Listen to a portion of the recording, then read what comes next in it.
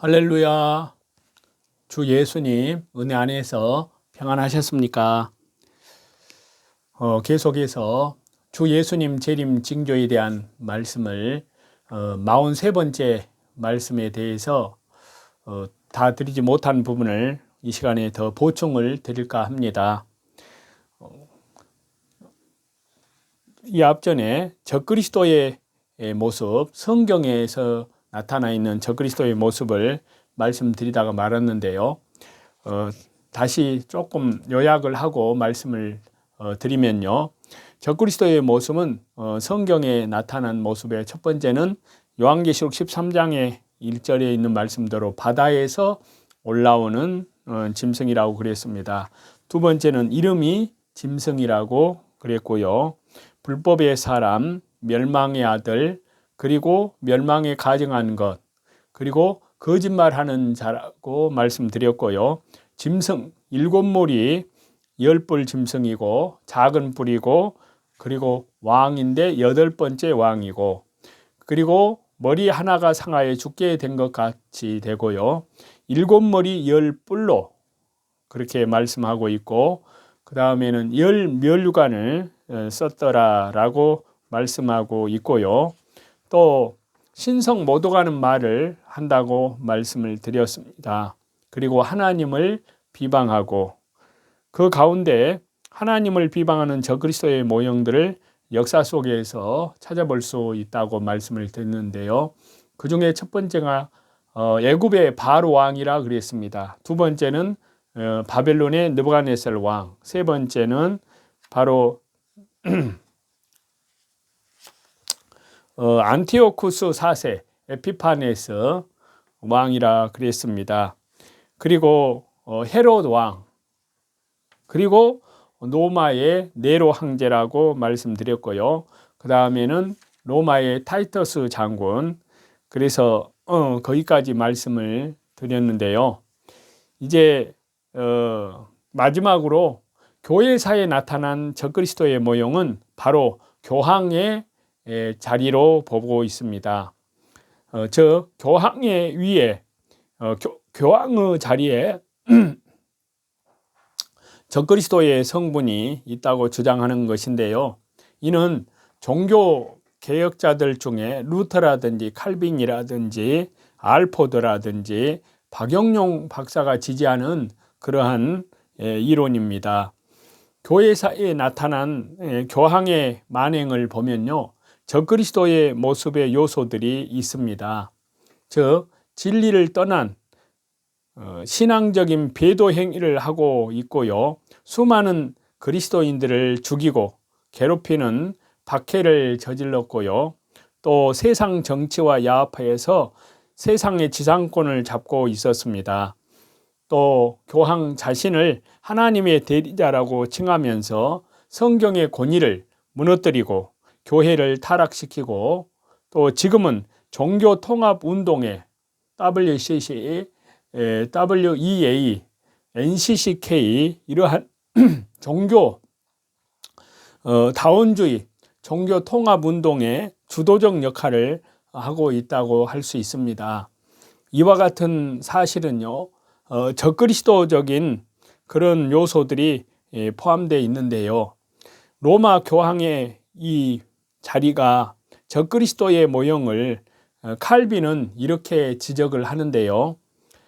우리가 로마 교황을 적그리스도라고 부를 때 중상하는 자와 욕설하는 자인 것으로 보일 것입니다.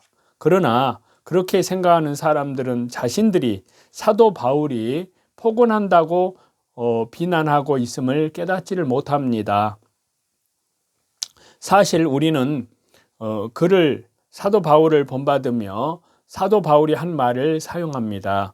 다른 사람을 두고 한 사도 바울의 말을 우리가 왜곡해서 로마 교황에게 적용한다고 항의하는 사람이 없도록 칼빈 자신이 하는 말이 나는 사도 바울의 말은 교황 제도에 해당한다고밖에 해석할 길이 없다는 것을 간단히 설명하겠습니다. 라고 칼빈이 계속 말을 이어가는데요. 사도 바울은 적그리스도가 하나님의 성전의 안절이라고 기록하고 있습니다. 성령님께서는 다른 곳에서 안티오코스를 적그리스도의 모습으로 묘사를 하시며 또 그의 나라는 곧 자만과 하나님께 대한 불경에 놓여 있을 것임을 보여줍니다. 이 폭정은 그리스도나 교회의 이름을 말살하지 않고 그리스도와 비슷한 것을 만들어서 악용하면서 교회의 이름을 가면으로 뒤집어 쓴다고 추론합니다. 처음부터 있어온 이단과 분파들은 모두 적그리스도의 왕국에 속합니다. 바울 사도는 적그리스도를 나타내는 표징으로서 그가 하나님의 영예를 빼앗아 자기가 차지하리라고 합니다. 그렇기 때문에 적그리스도를 찾아내려고 할 때에 우리는 이 점을 켈빈에 하는 말입니다. 가장 중요한 표징으로 삼아야 하고요. 특히 이러한 자만이 교회를 공공연하게 흩어버리기까지 할 때에는 더욱 그러합니다. 그렇기 때문에 로마 교황이 하나님께만 속하는 것, 특히 그리스도에게 속하는 것을 파렴치하게 자신에게로 이전시킨 것이 분명하기 때문에요. 우리는 그가 저 불경하고 가증한 왕국의 지도자이며 기수인 것을 의심할 수 없습니다. 이렇게 칼빈이 로마 교황의 위가 적그리스도 모형임을 칼빈이 이렇게 말을 했습니다. 그 다음에요, 이 불법의 비밀, 적그리스도의 활동이 이제 나타날 때가 되었다는 사실인데요. 데살로니가 후서 2장 7절과 8절을 보시면 불법의 비밀이 이미 활동하였으나 지금은 그것을 막는 자가 있어 그 중에서 옮겨질 때까지 하리라. 그때의 불법한 자가 나타나리니 주 예수님께서 그 입의 기운으로 그를 죽이시고 강림하여 나타나심으로 패하시리라. 자, 앞에서도 말씀드렸다시피 지금 이 시대에 가톨릭 교황 프란치스코 1세는 성경이 묘사하는 적그리스도와 너무나도 일치하는 모습이 많다는 것인데요. 프란치스코는 지옥을 문학적 전달 방법으로 보고요. 문자적으로 고통받는 지옥을 거부하며 이를 고립된 영혼들에 대한 은유라고 말을 합니다. 또 고립된 영혼들도 궁극적으로 하나님의 사랑 안에서 연합한다고 주장을 합니다.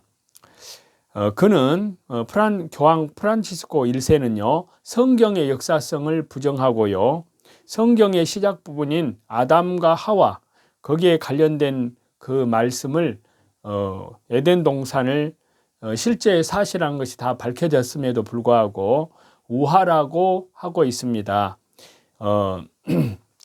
또 한편으로 프란치스코의 활동과 관련해서 괄목할 만한 그런 기사가요, 신문지상에 올라와 있는데요.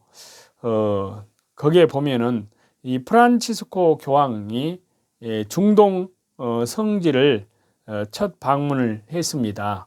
2박 3일간 낮은 곳을 향한 일치의 발걸음이라는 제목으로요, 정교회와 일치 기도를 했고 난민들을 위문하고 갈린 형제의 온 몸으로 품는다는 그런 제목으로 그렇게 기사가 실렸습니다. 자, 그래서 프란치스코 교황이 중동 방문 둘째 날인 지난 5월 25일 날 베들레헴 예수님 탄생과 성당 구유 공장으로 이동하는 차량에서 신자들의 환영을 받는 그런 모습도 우리가 볼 수 있었는데요. 자, 프란치스코 교황의 5월 24일에서 26일 지난 중동 성지 방문은요, 교황이 지난해 3월 즉위 후에 보여준 파격적이면서도 소박한 행보의 연속이었는데요. 1054년 동서교회가 분열된 지 910년 만에 이루어진 1964년 교황 바오로 6세와 정교회 수장 아타나 고라스 총대주교의 만남 50주년을 기념하는 이번 성지 방문에서요, 프란치스코 교황과 세계 정교회 수장 콘스탄티노플 바르톨로메오 총대주교가 교회 일치를 위해 만난다는 사실부터가 세계인들의 이목을 집중시키기에 충분한 사건이었는데요. 바르톨로메오 총대주교는 동서교회 분열일 후에 정교회 수장으로는 처음으로 지난해 교황청에서 거행된 교황의 즉위식에 참석해 교황에게 예루살렘 성지에서 만날 것을 제의하면서 50년 만에 동서교회 수장의 만남이 재현이 됐는데요. 교황은 로마에서 비행기로 출발을 해서 3시간 30분 만인 오후 1시 조금 전 성지 방문 첫 목적지인 요르단 퀸 알리아 국제공항에 도착을 했는데요. 교황은 공항에서 알 후세인이 왕궁으로 이동해서 압둘라 2세 요르단 국왕과 한담한 후에 암만 국제 경기장에서 중동 방문 중에 첫 미사를 봉헌을 했는데요. 미사에는 3만 명의 신자가 참여를 했고요. 전체 인구 중에 그리스도교 신자 비율이 4%에서 6%에 불과한 요르단 신자들에게는 교황과 함께 드리는 미사가 특별한 자리가 됐습니다. 미사 중에 교황기를 상징하는 노랑과 흰색이 칠해진 야구 모자를 쓴 남자아이를 포함해서 약 1,400명의 어린이들이 첫 영성체를 해서 미사는 축제의 분위기였다고 그러는데요. 9살짜리 아들의 첫 영성체를 지켜보던 미람 다바네시는 교황이 요르단과 중동을 방문한 것은 큰 축복이고 요르단은 압둘라 2세 덕분에 그리스도인들이 종교의 자유를 보장받고 있다고 말을 했습니다. 교황도 미사 전에 압둘라 2세에게 종교의 다양성을 인정해 준 것에 감사드린다고 고마움을 표시했는데요. 교황은 미사 중에 시리아와 팔레스타인, 이라크에서 요르단으로 이주해서 온 130만 명의 피난민들에 대한 관심과 우려를 드러내면서 정치적인 입장과 언어, 문화, 종교에 뿌리박힌 서로의 차이를 극복할 수 있도록 기도하자고 요청을 했습니다. 자, 미사 후에 요르단강 건너편의 베타니아의 예수님 성내 성지를 찾은 교황은요, 이어서 요르단의 피난민과 장애인을 찾아 그들을 위로했는데요. 압둘라 2세 국왕의 만찬 초대를 정중히 거절하고 피난민, 장애인과 함께한 교황의 파격적 행보는 중동 전역에 감동을 던져줬는데요. 암만 국제경기장 미사에 참여했던 레바논 카톨릭 청년 지도자 콜레트 아우슈스는 평화의 사도인 프란치스코 교황이 성인이 되길 바란다라는 희망을 전달했는데요. 교황은 5월 25일 오전 헬기편로 요르단 암만에서 베들레헴 예수님 탄생 성당의 구유광장으로 이동을 해서 중동 성지 방문 둘째 날 일정을 시작을 했는데요. 2000년 3월 성 요한 바오로 2세와 2009년 5월 베네딕토 16세가 중동 성지를 방문했을 때와는 달리 프란치스코 교황은 이스라엘 텔아비브를 거치지 않고 베들레헴으로 직행을 했는데요. 이스라엘의 승인 없이 팔레스타인 구역으로 들어간 것인데요. 이런 교황의 파격 행보는 여기서 그치지 않았고요. 헬리콥터에서 포프 모빌에 옮겨 타고 구유광장으로 이동하던 중에 교황은 예정에 없이 차에서 내려 이스라엘과 팔레스타인을 분리하는 분리장벽으로 걸어가서 이마를 벽에 대고 수분간 침묵 속에 기도하는 모습을 보였는데요. 이스라엘에서 보안 장벽으로 부르는 이 장벽은 팔레스타인의 테러를 방지한다는 목적으로 이스라엘 팔레스타인 국경과 요르단강 서안을 따라서 건설하는 것으로 팔레스타인에서는 분리장벽이라고 그렇게 부릅니다. 교황청 대변인 페데리코 롬바르디 신부는 보안 장벽에 기대선 교황의 침묵 속에는 분리 장벽이 갖는 의미와 그로 인해서 고통받는 이들에 대한 분명한 의사 표현이 담겨 있다고 그렇게 말을 했습니다.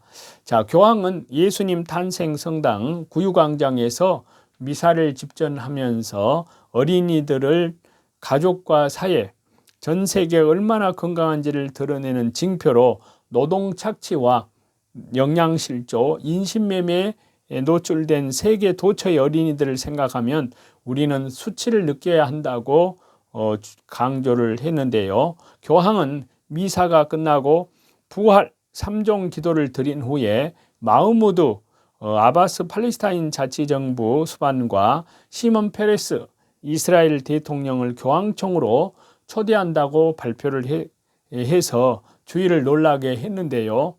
미사에 참여했던 아바스 수반은 그 자리에서 교황의 제의를 수락했고 페레스 대통령은 텔아비브 벤 구리온 국제공항에서 교황과 만나서 교황청에서 아바스 수반과 정상회담에 응하겠다는 의사를 전했습니다.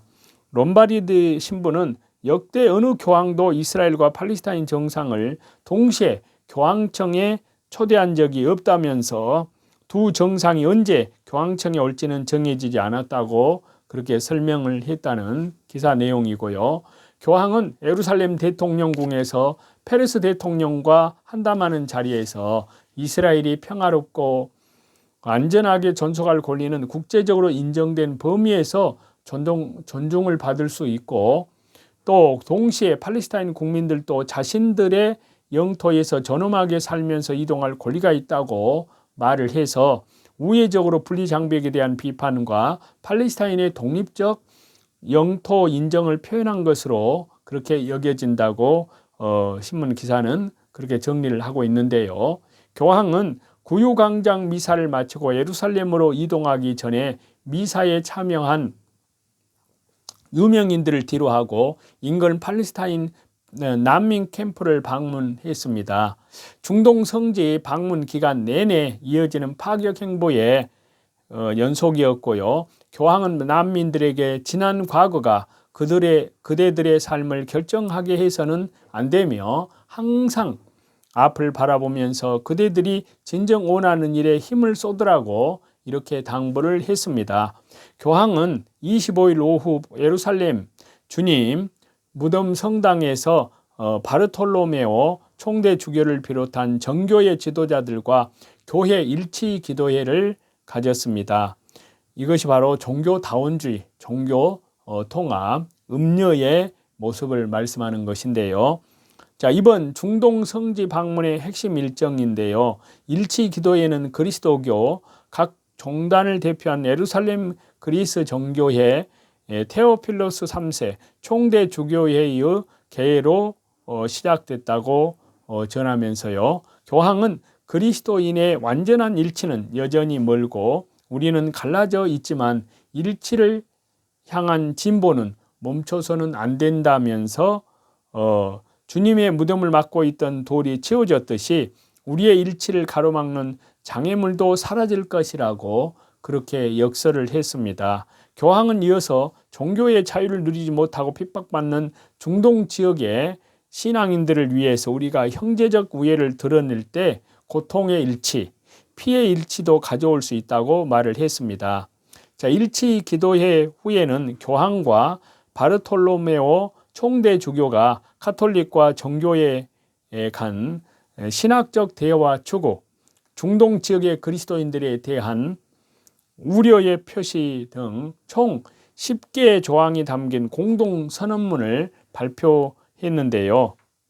자, 이러한 사실들에서 우리가 분석해 볼 수 있는 것이 있는데요. 눈에 띄는 것이 첫 번째, 교황이 정교회 수장을 1054년 동서교회 분열 후에 두 번째로 만난 사실이라는 겁니다. 그리고 두 번째는요, 정치적, 종교적, 문화적 차이를 극복하고 다양성을 인정해야 한다는 주장을 펼친 사실입니다. 그리고 세 번째는요, 이스라엘 승인 없이 팔레스타인 구역으로 들어간 사실, 이것은 역사상 최초라고 하는데요. 그리고 네 번째는 역사상 최초로 이스라엘과 팔레스타인 정상을 교황청에 초대한 사실이고요. 다섯 번째로는 정교의 총대주교 지도자들과 더불어서 교회 일치, 그러니까 종교다원주의, 종교통합, WCC, WEA, NCCK 이러한 교회 일치 기도회를 가진 사실입니다. 이 모든 것은 음녀, 참된 세력이 아니고 적그리스도의 세력들입니다. 거짓된 세력이라는 것을 우리는 알아둬야 됩니다. 자, 주 예수님의 십자가의 피, 영원한 속죄, 완전한 속죄, 그리고 또 뿐만 아니라 그리스도의 십자가의 죽으심은 모든 믿는 자에게 의를 이루게 하여 율법의 마침이 되시는 그러한 그 십자가의 생명의 복음이 없이 오로지 일치, 오로지 포용, 평화 이러한 것만을 맹목적으로 주장을 합니다. 정치적, 외교적 영향력을 전방위적으로 확장을 시키는 이 교황의 모습을 보면은요, 이는 요한계시록에 예언을 하신 짐승의 모습과 점점 더 뚜렷하게 일치되어 간다는 사실입니다. 자, 이러한 사실들을 저와 여러분이 잘 알고요, 참으로 우리는 더욱 깨어서 주 예수 그리스도의 십자가의 보혈로 영원한 속죄와 완전한 속죄, 온 세상 죄, 그리고 그리스도는 모든 믿는 자에게 율법의 마침이 되시기 위해서 우리에게 영원한 구원의 완성자, 바로 그 만왕의 왕 되신 주 예수님, 그분이 우리의 생명의 주인입니다. 그래서 지금은 교회 시대이기 때문에 성령님께서 우리 주 예수 그리스도의 재림을 향하여 그리스도의 몸된 교회를 이제 더욱 신부단장을 해가고 있는 것입니다. 그래서 하나님의 은혜 가운데에서 오늘 또 새날이 주어졌는데요, 말씀 중심으로, 기도 중심으로, 예배 중심으로, 또 뿐만 아니라 전도 중심으로 하나님 나라의 생명의 복음을 위해 주 예수 그리스도의 재림을 향해서 믿음으로 신실하게 나아가시는 저와 여러분이 다 되시기를 다시 재림하실 우리 주 예수 그리스도 이름으로 간절히 축원합니다. 찬송 드리시겠습니다. 내가 매일 기쁘게 순례의 길 행함은 주의 팔이 나를 안보함이요, 내가 주의 큰 복을 받는 참된 비결은 주의 영이 함께함이다. 성령님 계시네, 할렐루야 함께 계시네. 좁은 길을 걸으며 밤낮 기뻐하는 것 주의 영이 함께함이다. 전에 죄에 빠져서 평안함이 없었던 주의 예수님은 그 발 아래 엎드려 참된 평화 얻음은 주의 영이 함께함이다. 성령님 계시네, 할렐루야 함께 하시네. 좁은 길을 걸으며 밤낮 기뻐하는 것 주의 영이 함께함이라. 나와 동행하시고 모든 염려하시니 나는 숲의 새와 같이 기쁘다. 내가 기쁜 마음으로 주의 뜻을 행함은 주의 영이 함께함이라. 성령님 계시네, 할렐루야 함께 하시네. 좁은 길을 걸으며 밤낮 기뻐하는 것 주의 영이 함께함이라. 세상 모든 정욕과 나의 모든 욕망은 십자가에 이미 못을 박았네. 내 어두운 밤이 지나고 무거운 짐 벗으니 주의 영이 함께함이라. 성령님 계시네, 할렐루야 함께 하시네. 좁은 길을 걸으며 밤낮 기뻐하는 것 주의 영이 함께합니다. 모든 영광과 감사와 찬송을 우리 성삼위 하나님께만 돌립니다. 감사합니다.